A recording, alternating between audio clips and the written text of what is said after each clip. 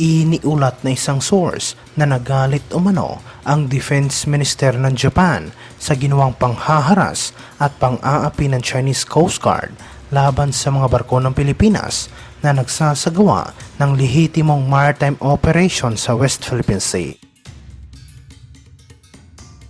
Nagalit si Japanese Defense Minister sa ginawang panghaharas ng China tulad ng paggamit ng water cannon ng Coast Guard nito sa mga maliliit na barko ng Pilipinas sa West Philippine Sea.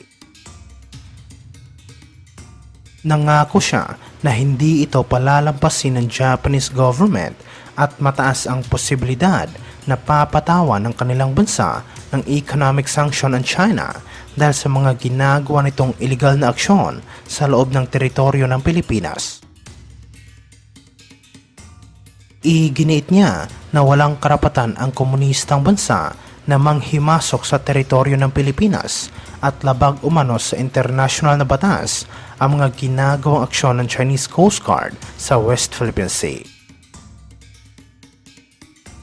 Iniulat ito matapos sinabi ni dating Supreme Court Senior Associate Justice Antonio Carpio na dapat magtayo ang gobyerno ng Pilipinas ng istruktura sa Ayungin Shoal kasunod ng paulit-ulit na ginagawang pag-atake ng China sa mga Philippine vessels sa West Philippine Sea. Sinabi niya na dapat magtayo ang bansa ng civilian structure sa Ayungin Shoal tulad ng pagtatayo ng isang lighthouse o Marine Scientific Research Center kasi ang Ayungin ay bahagi ng exclusive economic zone ng Pilipinas at tayo lamang ang pwedeng magtayo ng istruktura doon. Sinabi ni Carpio na sa halip na magpadala ng mga military supply ang gobyerno ng Pilipinas, dapat ipadala natin doon ay mga civilian supply. Iko-convert natin ang activity from military to civilian.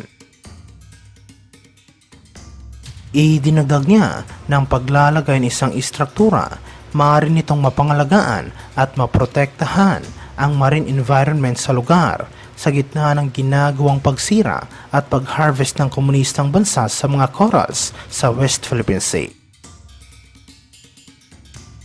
Samantala, sa gitna ng panawagan ng ilang mga mambabatas na patalsikin ang ambassador ng China sa Pilipinas, sinabi ni Carpio na makakabuting iparecall na lang ang ambassador ng Pilipinas sa Beijing. Sinabi ni Carpio na hindi dapat gawing unang hakbang ang pagpapatalsik. Huwag muna dahil napakaseryoso na niyan na posibleng mag-escalate. Normally, before you expel the ambassador, i-expel mo muna yung lower officials at hindi yung ambassador mismo kasi mabigat yon. Samantala sa ibang aspeto naman, iniulat na isang source na kinompronta umano ng US Navy ang isang frigate ng China sa West Philippine Sea dahil pinilit umano ng People's Liberation Army Navy na lumapit sa isang bahura na pagmamay-ari ng Pilipinas sa nasabing karagatan. Sinabi sa report na hinarang at kinompronta ng USS Stockdale, isang Arleigh Burke-class guided missile destroyer ng US Navy, ang isang Chinese frigate na Hinchway sa West Philippine Sea dahil wala umano itong karapatan na pumasok sa teritoryo ng Pilipinas. Sinabi ng US Navy na hindi umano pumalag ang nasabing Chinese frigate at voluntaryo umano itong umalis sa West Philippine Sea.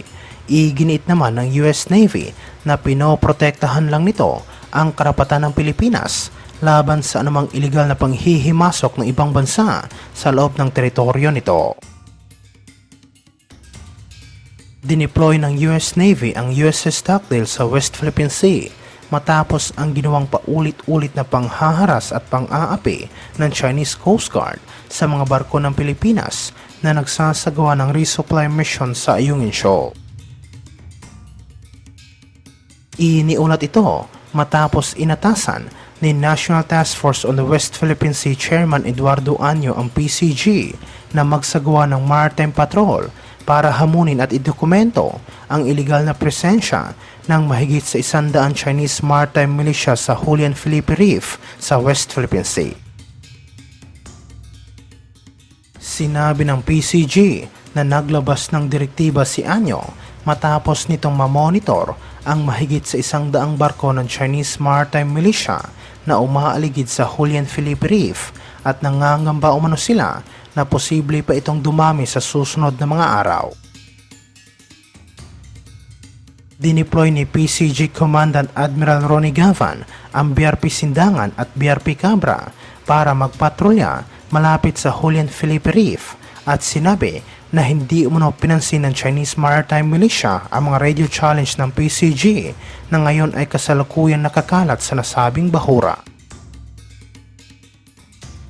Matatagpuan ang Julian Felipe Reef 175 nautical miles sa kanlurang bahagi ng Bataraza, Palawan at itinuturing ang lugar bilang isang low tide elevation na sakop ng Calayan Island Group kabilang ang Chigua Reef na kung saan ang Pilipinas ay may soberanya. Sinabi naman ng PCG na mananatili silang committed sa pag-safeguard ng maritime security, safety at marine environment ng bansa at kasama na dito ang pagprotekta din sa ating territorial integrity, sovereignty, sovereign rights at jurisdiction sa West Philippine Sea alinsunod sa international na batas. Binigyang diin ni Admiral Gavan na mga Coast Guard vessel ay patuloy na magpapatrolya sa West Philippine Sea sa pakikipagtulungan sa NTF West Philippine Sea. Binanggit din niya ang kanilang walang humpay na paninindigan na gampanan ang kanilang pangunahing tungkulin bilang tagapagtanggol ng batas.